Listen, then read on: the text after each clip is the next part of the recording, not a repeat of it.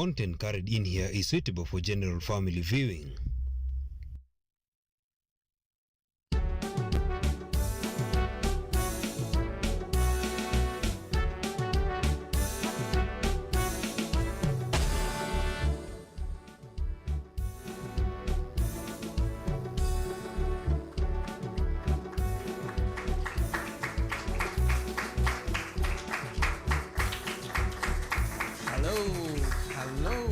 And welcome once again to your favorite show on television, the only legal aid show that gives you information on matters of the law, educates you on things you need to know about laws that matter relating to everyday activities that you have to do in your day-to-day lives. Today, once again, we are coming to you straight from Kenyatta University School of Law, located here in Parklands in Nairobi. We are talking tenancy and the landlord, the law that decides what that relationship is going to be like. And we have brought in an expert to talk to us about that law. And we've done one better because we brought in a professor who will discuss with us this issue of tenancy and the landlord. Now, we are on Facebook and YouTube and Twitter. Make sure that you check us and send in your comments and questions regarding the topic of the day. Without further ado, I want to introduce my guest to you so that he can tell us his name and also his expertise in practicing. My name is Dr. Ngugi Kingara, and welcome, Prof. Thank you very much. My name is Busalile Jack Mwimali. I'm an associate professor of law at Jomo Kenyatta University of Agriculture and Technology, but I'm currently on a leave of absence as the editor CEO at the National Council for Law Reporting. Okay. So what is law reporting about? I see that you have a very nice card here. This organization tells us about its profile, its activities and functions that you have to do to serve the public. Thank you very much. National Council for Law Reporting, which is popularly known as Kenya Law, that's the brand name, is actually a parastatal. It is a statutory body that has been created under the National Council for Law Reporting Act of 1994. Mm-hmm. Its mandate is essentially to report cases that are decided by the courts of superior jurisdiction and the development of jurisprudence. We also have a mandate that has been delegated to us from the Attorney General's office. We do report on legislation, the laws that have been passed and enacted by Parliament. Mm-hmm. That mandate, of course, also includes laws that are now being created by the county assemblies. Okay. So we do report laws, including international law in that respect. Okay, yes. Very interesting there. Now, and then your role as an advocate of the High Court of Kenya, how is that like for you? Yes, I'm an advocate of the High Court of Kenya of 14 years standing. Okay. I have also been in legal academy. At least that's my primary endeavor, because I have been a lecturer for the last 15 or so years. And I was actually privileged for about 7 years to teach in this school. One of those things that I taught in this school is land law.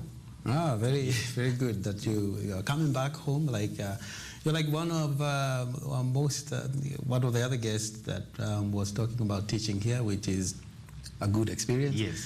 And you can see now we are on television. We are doing it live. Yeah. Okay. Now, tenant and landlord relationship. Is that your area of expertise? It's part of my area of expertise. Actually, one of the areas that I taught is property law. Okay. And property law necessarily involves that relationship between a person and land as a peculiar aspect of property. Okay. Of course, it involves now ownership in absolute and ownership on term basis. Yes. And we'll talk about what that absolute and term basis is like. Yes, indeed we will. And I think the best place to begin, I think we were having a bit of a conversation on where actually, when one is talking about the tenant-landlord relationship, where should one begin? And that, you informed me correctly, that the land in the word landlord is the place to begin, that concept within the law. So explain that. Thank you very much. Actually, one must understand the notion of land to be able to understand where that landlord-tenancy relationship arises. And when you're talking about land, or the notion of land as property, is because of the peculiarity of land as a substance, unlike other movable property, because it has some elements that you would not find, say, in a movable property like a chair, where I can sell you and you go with it. Yes. In land, there's that essence of permanence, of it being fixed at a place, the cost being almost fixed. And in most cases, unlike other property, the value will always appreciate rather than depreciate. So it has a very peculiar special value. Now, from that conception, then you must understand that there are two relationships that one would have with land. There are those that are offered to the person. You come and I give you an accommodation in my property, which is intended to benefit you as an individual. The right that I've given you, in law we call it a right in personam, a personal right. Essentially, it implies if you move, then that right is extinguished. There are also rights in land that are rights in rem, in the property itself. So that even if you are to move, or God forbid you pass on, yes, that right is still transmissible because it attaches on the land rather than on the person. And that notion is what now creates the relationship between land and the owners of land. Now, to go further, in that land, there may be a duration of interest that you enjoy. So essentially, if you are an owner of land, the most common interest that you know is what we call a freehold estate, a freehold interest. It is for an unlimited duration. In England, they call it fee simple. So I have given you a land. I've not limited the duration in which you'll enjoy that land. Right. But it can also be a term of years. It is almost the same interest, but I have given you to enjoy for a term of years. That term of year does not necessarily mean it must be for a year, the 365 days. It can even be 3 days, 1 month, 1 year. You have encountered longer leases, 10 years, 55 years, and the most common 99. But you also encounter 999 years leases and even 3,000 year leases. What they confer to you, because it's a proprietary interest, it's an interest in rem, in the land. Yes. It subsists over the land for that duration of period. So any freehold owner, if you are owning that right in freehold, and a person is owning it in lease, you almost have the same interest. But for the leasee, he has the interest for the duration that he's been granted. Yes. Now, the only distinction that comes in, there is a further relationship that is created in a landlord and tenancy agreement. Yes. Because now there is an ownership that is conferred upon the tenant, but there is a reversionary interest on the landlord. Yes. So there is a kind of agreement between two people that I'll give you enjoyment in absolute over this parcel of land for 5 years, for 15 years, for 99 years. But after the expiry of that term, you must use that property in a manner that I should be able to come back and enjoy all rights that pertain to that property. Okay. And now, what about, of course, people are thinking, well, we're not talking land law again, are we? Yeah. So, but you're trying to go step by step into that land. To even now go to a compartment or a place that sits on a piece of land, which is now where the tenant finds himself or herself. And it's also important to understand the conception of land, because land is not necessarily the ground. Yes. It also includes everything that are annexed to that ground that are permanently there. Yes. So there are tests that are given in law which would determine whether something is part of land or not. Yes. So if you go to a house, that house, even without the land in which it stands on, is still considered as land. Yeah, I live on the 5th floor. So yes, in the 5th floor you have proprietary, you have land interest in the 5th floor apartment. Okay. Yes. Now then, within the law, so who is a tenant by definition of this land-tenant relationship law? A tenant is the person who goes to lease that property. The occupier who comes in to agree with the landlord that you will give me possession of your property and I'll occupy it. And at the outset, I want to also comment that the word landlord tenancy or lease are used interchangeably, so that it is a tenancy, it's a lease. Sometimes if you look at the documents that are signed for you by the advocates, you'll find terms like a demise or a determinable rent or a determinable lease. All of them means the same thing. So irrespective of whether I'm talking about a tenancy or a lease, we are talking about that landlord-tenancy relationship in respect of land. And then the tenant, of course, is the person who has the place that lets. Yes.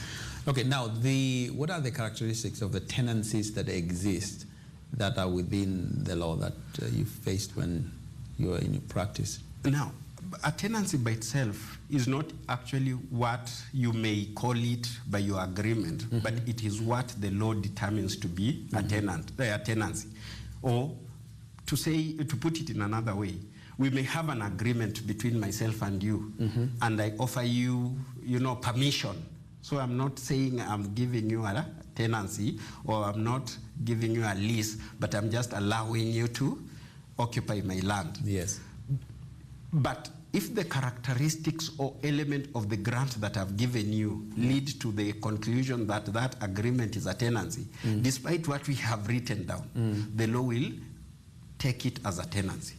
There are certain elements that would lead you to know whether it's a tenancy. Yes. One of it is that it confers upon you exclusive possession. Exclusive possession means you are absolutely allowed to occupy that place and to exclude every other person, including the landlord. Yes. So the landlord cannot come at the middle of the night and knock at your door and say, I want to have a place to sleep, this is my house. Yes. He has conferred upon you exclusive possession. Okay. Another characteristic? It must be for a determined area. Yes. There must be demarcation. As I have said, you see, you cannot have a tenancy or you cannot let out a place if you do not know exactly what it is. And then it must have a determined duration. We call it a term, a period within which it will subsist. And that is what distinguishes it from the freehold. Because I have said it is for a number of years. So it must be clear that it will start at a particular time and end at another time. Actually, I'll give an example of what happened during the Second World War in England and a case law to that effect. Okay. During the war period, people tended to give property and in lease, they let out these properties. Yes. And then they would agree that those leases would last for the duration of the war. And then they would agree on lower rent because of the war situation. Right. So at the termination of the war, people come to court and say, no, this was not a lease because it was not for a determined period. The duration of war, even though now it has come to an end, was not quite clear. The courts agreed that an agreement for the duration of the war is not a lease. But Parliament interjected to ensure that it saves that particular lease. So it said, and there was an act of Parliament, the War Act, indicating that all those leases that had been created for the duration of the war would be deemed as a year-to-year leasehold, but would end at the end of the war. So they are determinable. You can bring them to an end at the end of the war. So it saved that condition that it is still for a certain duration. So all leases must have certainty in duration. And before you interject, there is a last element which is a bit more controversial because of the requirement for rent. Okay. There is a case called Street versus Mountford. They said for it to be a lease, it must be which confers exclusive possession, which I've talked about. It must be for a duration that is certain, beginning and ending, and it must be for a rent. Because rent confers or brings upon that relationship the binding nature. You know, it now becomes a contract. And in law of contract, they say, if you have an agreement that is not, it does not have something which is a consideration for it. There's no price for that contract. Then that contract is not enforceable. So in that case, the supposition was that for there to be a contract between the landlord and tenant in a lease, there must be rent. But the law has come to nullify that requirement. And it is clear even in our Land Act, it says with or without rent, as long as it confers exclusive possession for a determined period of time. In fact, my interjection would have been about the contract, meaning that therefore, depending on, actually based on what you had described, I said, then there must be a contract drawn. But the question is, from what, maybe a clarification from what you just said, it doesn't necessarily have to be a written paper contract. Is that true? So especially if there is rent. Now, if you go back to the law of contract, there is a requirement for a contract, because we have said it's a property law, but it has an element of contract in it, in that the landlord and tenants agree. In the law of contract, for you to be able to enforce a contract, it is provided that it must be evidenced in writing, especially if it is relating to land. So essentially it has been said that any contract that confers a right or interest in land must be evidenced in writing. There must be a document, however the nature of that document, indicating that you have entered into. However, again, a challenge comes where we may not have written anything, but pursuant to the oral agreement, I have entered into possession. I'm already in occupation. You cannot just throw me out because we have not written something down. So there are certain interventions in a branch of law we call equity that comes in to try and protect that occupancy right. It recognizes that there is an interest between me and you that are equitable in nature, rather than the one by law which requires that we must have written it. Okay. So then how does the law ensure that no one is taking advantage of the other, tenant and landlord, vice versa? So there are what we call rights of tenants and rights of landlords. These are called tenancy covenants, or covenants in land, in tenancies. Now, the covenants principally are by the agreement in the contract itself. So a landlord and a tenant would do well, and that is why you normally go to lawyers, they draft for those contracts, because they would ensure that there are those particular clauses that are required to be in a lease that are incorporated.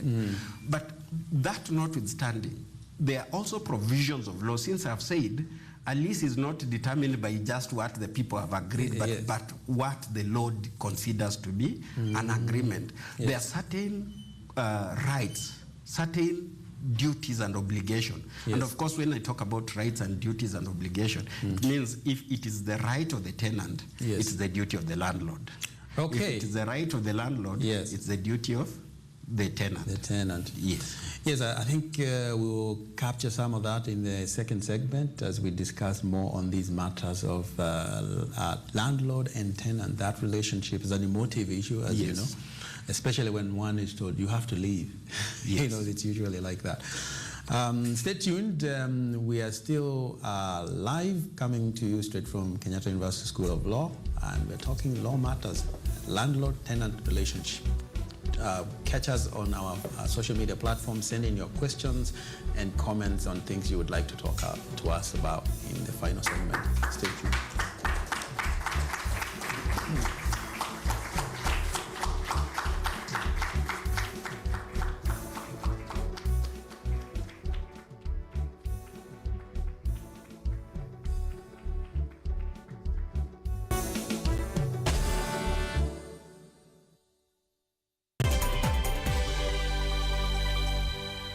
We're going to be doing an Italian dish, which is none other than chicken piccata, served together with Italian pasta, together with a mix of African creamy vegetables.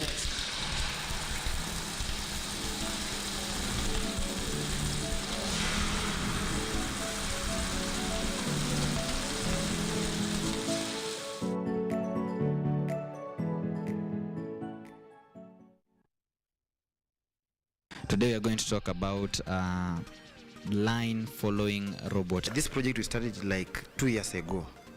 We have been doing it for 2 years. You know, for us, we deal with software more than hardware.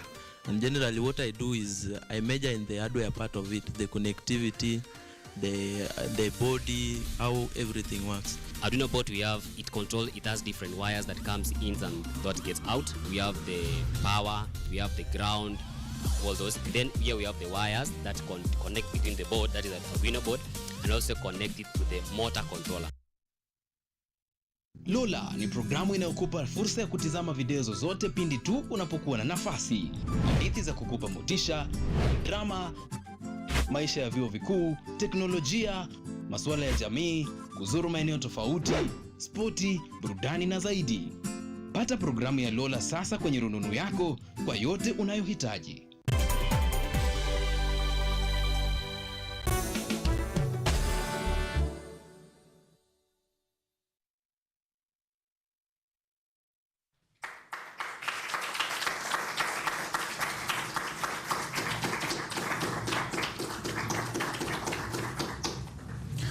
Welcome back to our second segment of Law Matters. Episode is landlord-tenant relationship. And as you know, Kenyatta University School of Law and KUTV are in the business of doing community service. And we're doing this legal aid clinic on television. And today we have brought in an expert, Professor Mwimali, to talk to us about the landlord-tenant relationship, which we know is an emotive topic. And all of us are waiting to hear and get more information on how to deal with our tenants or our landlords. We were talking about rights, and we left it at the rights of a tenant. Yes. Now, when we talk about the rights, we should also emphasize that there are rights that are conferred by the law itself, and there are those that are agreed by the parties. There's nothing that prevents you from agreeing on certain rights and obligations. Yes. So I may say in a document, in a contract on lease, that you will be the one who will do. Get something in the back there going on. I think they will take care of that. They will take care of that. Yes, so we were talking about guaranteed rights by law. Yes.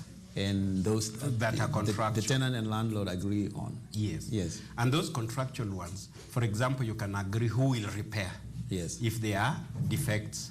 So there's nothing that prevents you from saying, even though I'm the one occupying the house, the landlord will do all repairs. Okay. There's nothing that prevents you from agreeing that the tenant will do those repairs. It is contractual on you. Or there is an agreement on who will pay the service charges and all accruals. Yes. Supposing there is a destruction, who will be responsible for reconstruction and all those. Yes. So those are contractuals. Yes. But most critically, perhaps, is to talk about those rights that the law confers. Yes. So that irrespective of what the parties have agreed, the law actually confers that interest on the landlord and tenant. Okay. Now, for the tenant, there is the first and most critical right, which we call the right of quiet enjoyment. That when I confer you with a property, I should not interfere with your enjoyment of that property. It is for that duration of time, you are the absolute owner of that property, and therefore you should be able to quietly, without interference, enjoy that property. And there have been a number of cases which have been held to constitute derogation from that right of quiet enjoyment. So for example, a landlord comes every day and knocks at the door. Yes. He sends people to interfere with your possession. Right. You know, he sends his animal to feed around your compound and all that. Yes. All of them have been deemed to be going against that right of quiet enjoyment. That you, as an owner of that property, you can exclude even your landlord who assures or guarantees you that you will enjoy that quiet possession. But secondly, there is also a related right called non-derogation from the grant.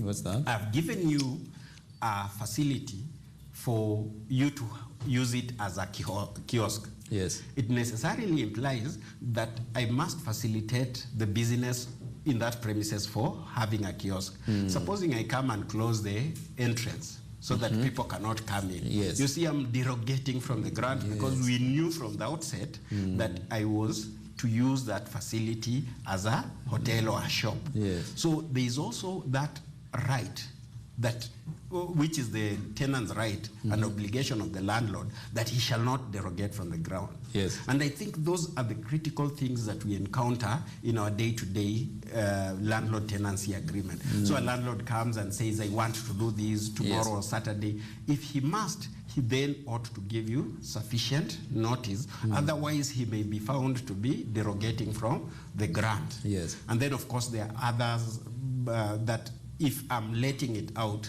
for habitation or occupation, I know I'm giving you as a house which is furnished apartments, then I must guarantee that they are suitable for habitation. Habitation. Yes. There's one that people probably are waiting to hear about, which might be thought of as a right of the tenant to do, which is increment of rent. Now, that may be considered the right of the landlord, but the tenant is again protected from absolute and haphazard increment of rent. Yes. Of course, in the first instance, and for most tenancies, the law does not want to interfere with your freedom of contracting of agreement. And therefore, it will not engage with you because you have agreed that I'll pay 100,000 for this small apartment, and now I feel it's too small for 100,000, I want 50. Or if the landlord wants a bit more, and you agreed that he can increase, the law will not include. It only comes in when there are unconscionable transaction, where they can actually see this person is taking advantage of the other. And normally that is not done in all kinds of tenancies. There are certain tenancies or leases that we call protected tenancies. Like for accommodations that the rent, when they made that law in 1989, was that it should not be in excess of 2,500. What you would pay in 1989, 2,500, perhaps now is going for 20 or 30, and that's what the courts have held. So for those tenancies, they cannot add rent without consulting the tenant or even going to the court for court to agree on what rent can be imposed. They cannot also evict you without giving you sufficient notice or going to court to have the court now order that eviction. So there is a kind of intervention. Similarly, you'll find the same protection, a protected tenancy in business premises, where now you won't go to the courts, you would go to the business premises tribunal, which will give you certain remedies that are easier to find than when you go to the normal ordinary courts.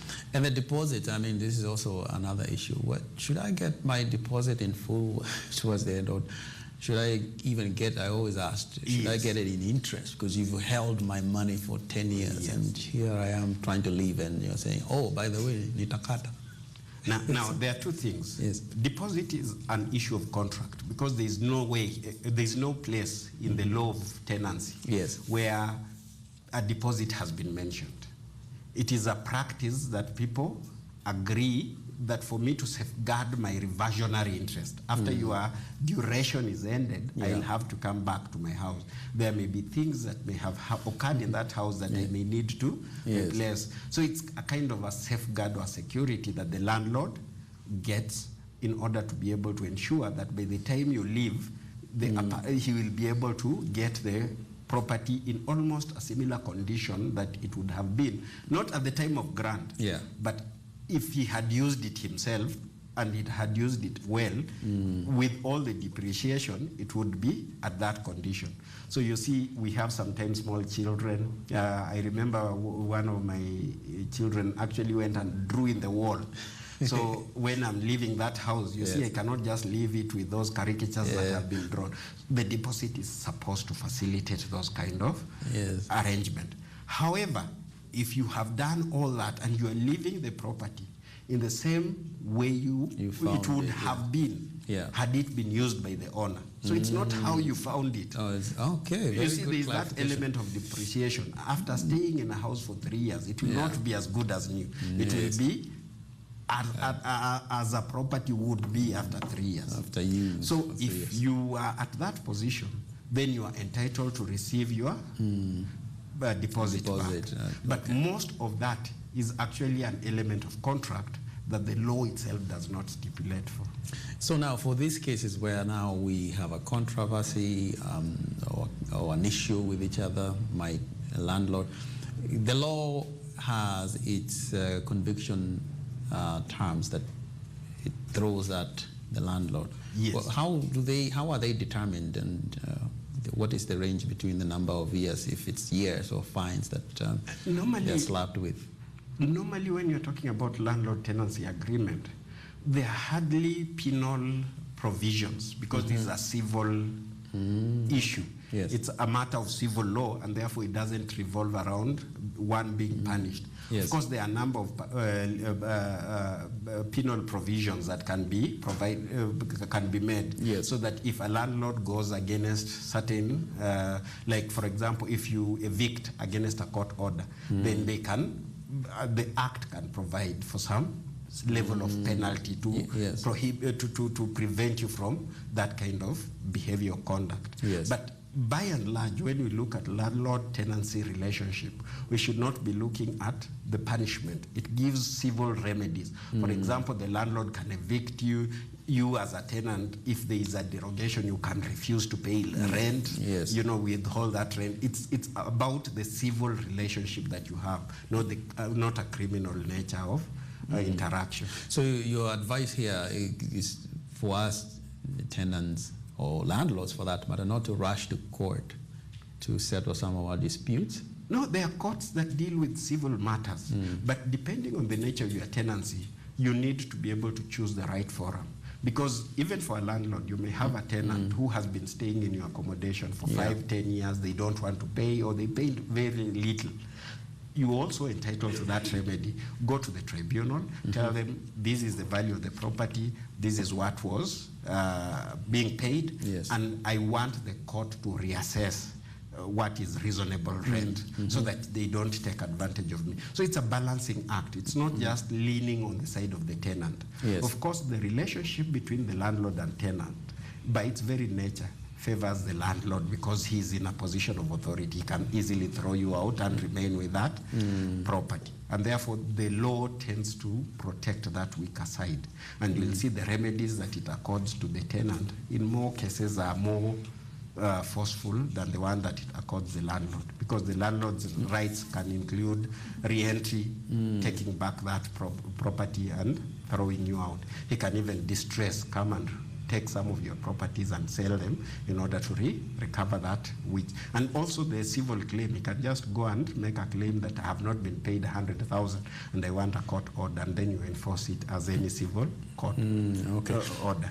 Okay, and then occurrence of dispute has happened. What's the time limit between going to court and when it expires? After this point, you can't come back and say, oh, he lived in my house for 20 years and I didn't come to court for 20 years because now I'm here though. Normally the law does stipulate for a limitation of action. Yes. Where they say there are certain periods, if it goes beyond, then you would have slept on your right, and then you cannot now come to court and tell us that you want us to afford. It will be leaving room for litigation in perpetuity, and the law does not also want to encourage that. Yes. So ideally for matters relating to contracts, and I have said the lease, though a proprietary interest relates to contract, if it is a contractual element, you have to bring a suit within 6 years. But there is also the issue of possibility, if it only relates exclusively to the land, you have not done anything, you have allowed me to stay in your land, then after 12 years, I can get what is referred to as prescriptive right. Meaning? On adverse possession. It means I am able to now claim that an interest in that parcel has accrued to me, and I can even go for registration so that I be registered as the owner, because it means for those 12 years this person has never thought to evict or remove you, and therefore they should not be allowed after 12-13 years. Okay. Yes. So in your assessment, how effective is this landlord-tenant relationship law in our country, according to your experience and the challenge by and large is because it entirely and strongly relies on the contract. Even though the law intervenes, yes, it intervenes in a very limited sense by those rights that it confers upon you.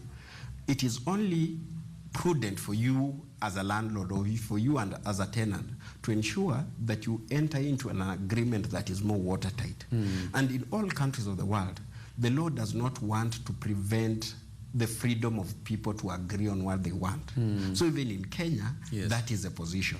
Unfortunately, you know, in Kenya, there are not many people who have that wherewithal of being able to enter into very solid and concrete agreement. You want a house to rent for 10 years because you're working here, and you want to pay 20,000. If you want to see me as a lawyer to draft a very solid agreement for you, then you should also be able to part with another 20, 50,000. So it becomes too expensive. And those are the challenges that we encounter in the relationships in Kenya. So that is why one may want to suggest that perhaps against that backdrop, the law should be a bit watertight to consider issues that are particular to this country and not just use the contractual freedom of people to allow them to do as they wish. Then your advisement is what in terms of tenants and landlords, for that matter, protecting themselves from future dispute, or what you would call prospective disputes, because they are engaging in flawed contractual relationships that will lead to dispute anyway. My first advice is for you to get reasonable protection. First of all, evidence those agreements in writing. Okay. It doesn't have to be a complex contract, but just an agreement. I've gone up country and I've seen those transactions that our fathers used to enter into. Some of them could not even write, so they go to the chief and you see so-and-so was present and he signed so-and-so was present, and then they say, this elder has sold so much, and the chief signs and the elders put a thumbprint. At least there is a document that you can use to enforce your rights. So it is critical, as per the law of contract, that you must evidence it in writing. Secondly, you also need, if possible, and if you are able, to ensure that you understand the nature and form of agreement that you are entering into. Because you may be entering into a license. It's just a mere permission. And that license can be contractual. It does not revolve or attach on the land, but it's a personal interest, and therefore the landlord can terminate it as he would any other contract without proprietary protection. So you need to be able to ensure that you safeguard that right and interest in that sense, that you understand. And that is why sometimes, even though expensive, it would only be reasonable for you to consult a lawyer. You may pay an extra amount, but that keen eye to see that there's these clauses that may go against you, and for that long period of time, you are almost going to lose, then that would be, it's a small price to pay, so to say. Okay. Yeah, you mentioned license there, and in terms of occupancy of a place. Can you elaborate on, because I know you and I were trying to, trying to tell me about the distinction between that and, you know, real tenancy. License in occupation, so that people get to know. And because I have a question regarding that after you explain that. Yes. Now, a license is normally a personal right that is conferred, the right in personam, rather than the proprietary interest that is conferred. So if the interest belongs to you, it is a license. It's a right, a personal right. In personam means in your personal. A right in rem means a right in the substance, in the property itself. So anytime you may have a relationship that seems like a lease, but it does not meet those pre-qualifications. It doesn't confer you exclusive possession for a determinate time. It is not, then that would not be a lease. It would instead be a license, which means it's a personal right. Now, with the personal right, it is easier to terminate than with the proprietary right, because a proprietary right runs with the land. So even if I die, my family can still claim my interest because that interest attaches on the land, not to me as an individual. So I'm hearing that if I went to a hotel and book a room and I'm told you must leave at 10 a.m., yes, I can't pretend I paid. Even though, you see, and you can even stay in that hotel for a year. Yes. Paying rent, but they'll be giving you certain attendances. It means you will be leaving your keys, they'll be coming and cleaning that place, they'll be making your bed, they'll be doing supplies, and therefore you have no exclusive possession. Yes. So that element that we talked about, exclusive possession, is lacking. But you can also go to the same hotel, but you are given your key where you lock, you do your cleaning, you do your everything there. Then that becomes a lease.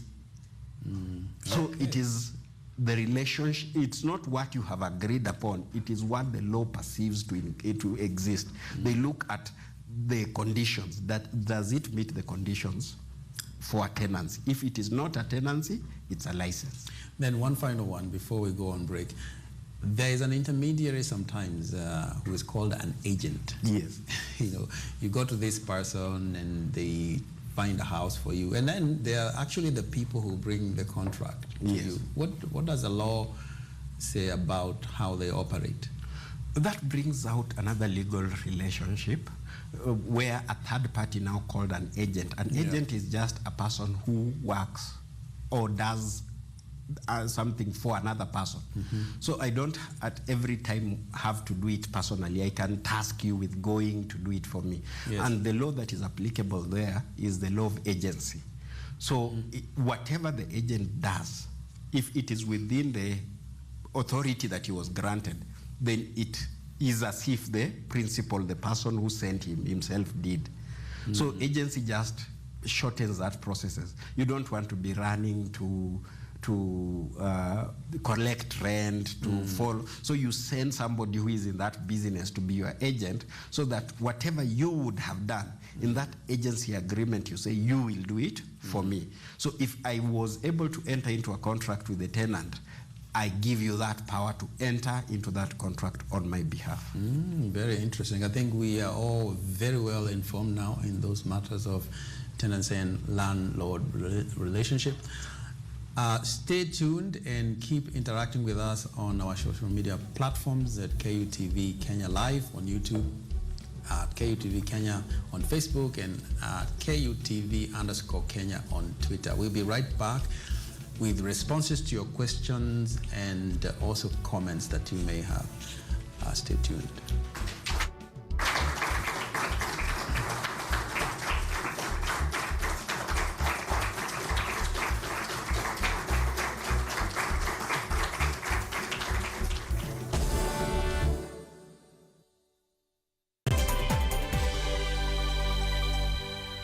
We're going to be doing an Italian dish, which is none other than chicken piccata, served together with Italian pasta, together with a mix of African creamy vegetables.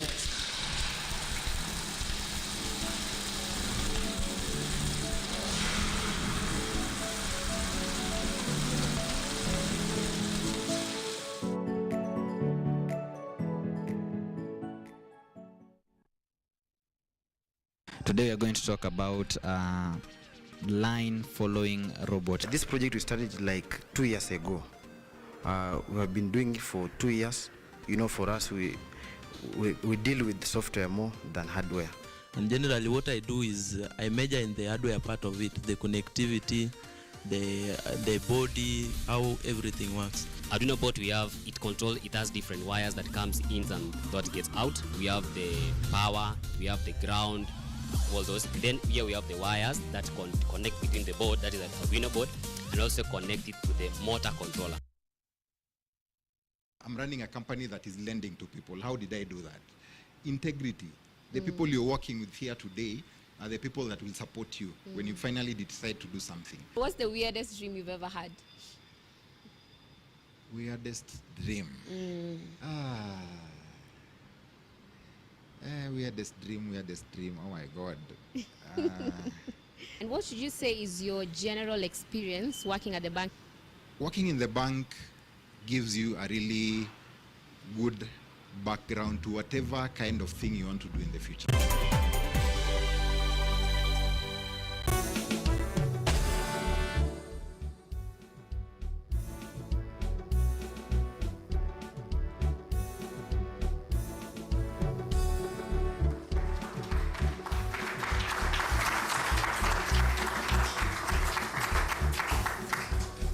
Welcome back to our third and final segment. We are still here with Professor Mwimali talking about the landlord-tenant relationship, and he has informed us and educated us on many matters.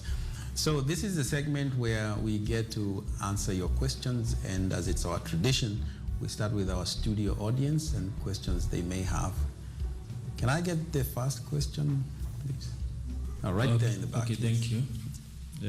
My question to Prof will be, because you have referred to tribunals severally, I would like that you expound for the members of the public what these tribunals do, maybe where they sit, and perhaps what is the process of approaching these tribunals. Thank you. So the tribunals for settling these landlord-tenant disputes? Now, for those relationship, there are two tribunals. There's what we call the Rent Restriction Tribunal. There's one in Nairobi, and I know they are in other places. I think the one in Nairobi is around the CBD, but in most cases, practitioners would know exactly where the tribunal is. Now, the Rent Restriction Tribunal actually just deals with tenancy, residential tenancies over, limited rents. So we are not talking about where you are paying 50, 100,000. Yes. I mentioned earlier that when that act was enacted in 1989, they said that it is for rents that do not exceed 2,500. Of course, that was reasonably high. Though with that kind of rent, you would stay in Makadara, in Huruma, in Jericho. So most of those houses. So the court has equated, because that act has not been changed, that what was 2,500 then should be the equivalent of what now they can determine. So they have determined matters where the rent is about 20, 25, but not very high rents. Now, it is supposed to help these people with low rent agreements to, instead of going to the formal civil courts, to go to a body that is quasi-judicial. It's not entirely judicial, and therefore it doesn't rigidly follow procedure. So you can even represent yourself. Just make your documents. These are plains, and in most cases, there are people who can help you to just make those pleadings and submit it to the Rent Restriction Tribunal without necessarily needing a lawyer to represent you. You can also have a lawyer, but even the people who sit and pretend over that tribunal are not exclusively lawyers. Of course, the chair of the tribunal must be a lawyer, but they can be non-lawyers, those persons who are some experience outside law related to these issues that would sit there. So you are able to go to those tribunals to determine what is fair rent, for example, to prevent eviction, to also allow for eviction. So you can go whether as a landlord or tenant to determine those issues, and it is a little bit better. The second tribunal is the Business Premises Tribunal. Again, the Act provides for a framework for business tribunals, for business premises, for durations of about 5 years. So they don't want you to come into an accommodation, have your business run so well, and then after 2 years, you've developed your goodwill, and then the landlord tells you, no, you have to move out of this building so that he can either give it at a higher rent because of the goodwill that you have developed, or even himself run that business because already he has customers. So it protects those tenancies, and that is why we call them protected tenancy. You don't have to go to court. You can go to these tribunals. The processes are much more flexible than the ones that you employ, and they take lesser time. Okay, very informative. Now, another question? My question will be about lease. So what happens for these companies like Kakuzi, Del Monte that take maybe a 99-year period lease and then it expires, do they have a chance to renew it, or what happens after that, considering they are huge companies? Actually, that's a very good question. A lease is for a duration. After the expiry of that duration, then the owner, the landlord, is entitled to have it. Now, when you talk about entities like Kakuzi, the leases they have has a public element to it, in that the grants have been given out of public land. In as much as they have been given as a private lease, it's on public land. So there are certain elements or level of protection. For public land, in most cases, there is a right that is conferred on a tenant at the expiry of that leasehold. If the government doesn't need that property urgently, there's a right called the right of preemption.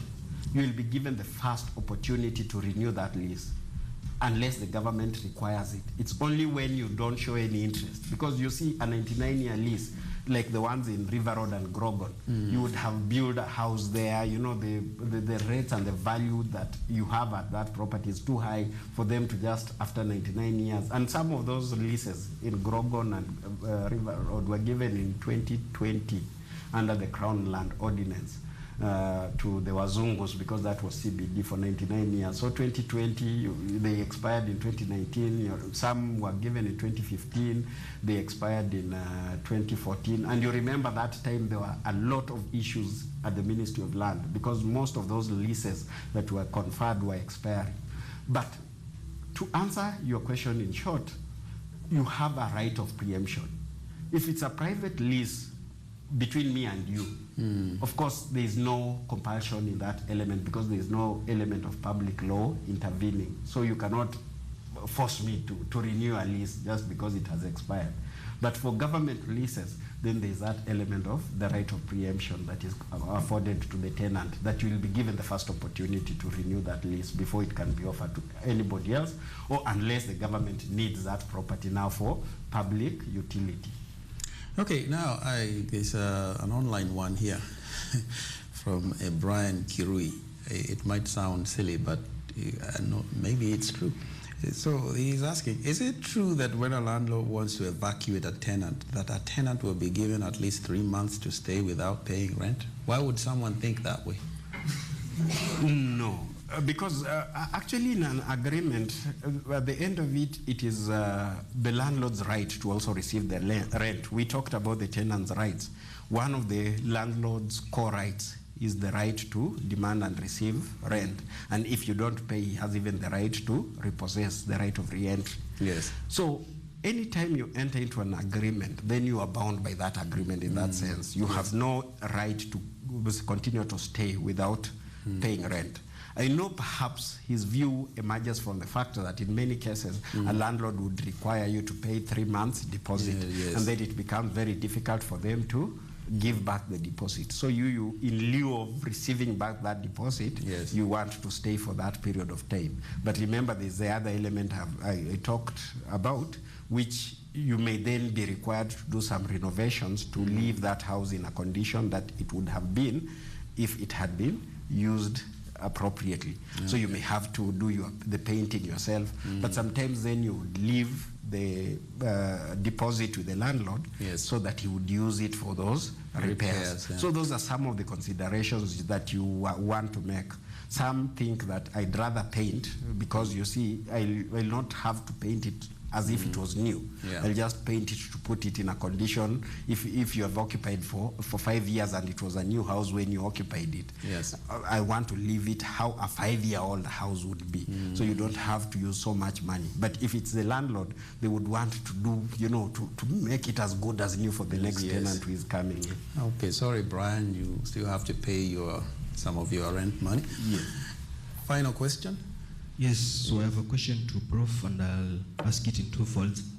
So the first fold, now that the country is still recovering from the COVID-19, did the COVID-19 in any way affect the law on tenancy, more so the relationship between the tenant and the landlord? Then the latter fold of my question is, now that people who are rendered jobless overnight, is there any room whatsoever for a tenant to be exempted from paying rent? Thank you. In the first instance, perhaps the answer is no. And there was a move by many people to have government intervene because of the challenge that many people faced during that period. And of course, the government also asked or requested in the form of an order. You know, the government orders even if it is requesting. So it requested landlords not to increase their rent. Of course, that is a request that the landlord can work on or can refuse to work on. There are, of course, some incentives that the government would give to try and allay that problem, so that it says if, as a landlord, you allow your tenants to stay for the duration with reduced rent, or you have allowed them to stay without rent, then they will give you rebates on the tax that is payable on rental income. And therefore you have a benefit, and they can say they will reduce that for 5 years and all that. And that was the debate that was being had, that the government should intervene. It can't compel, because this is a private relationship, unless it's a public housing project where it is the government itself that owns it. Then it can, by policy, remove that requirement for payment of rent. Having said that, sometimes it is also in the interest of the landlord, because yes, this is a good tenant, you have had him for 10, 15 years, they have been paying, and you understand that because of COVID their business went aground.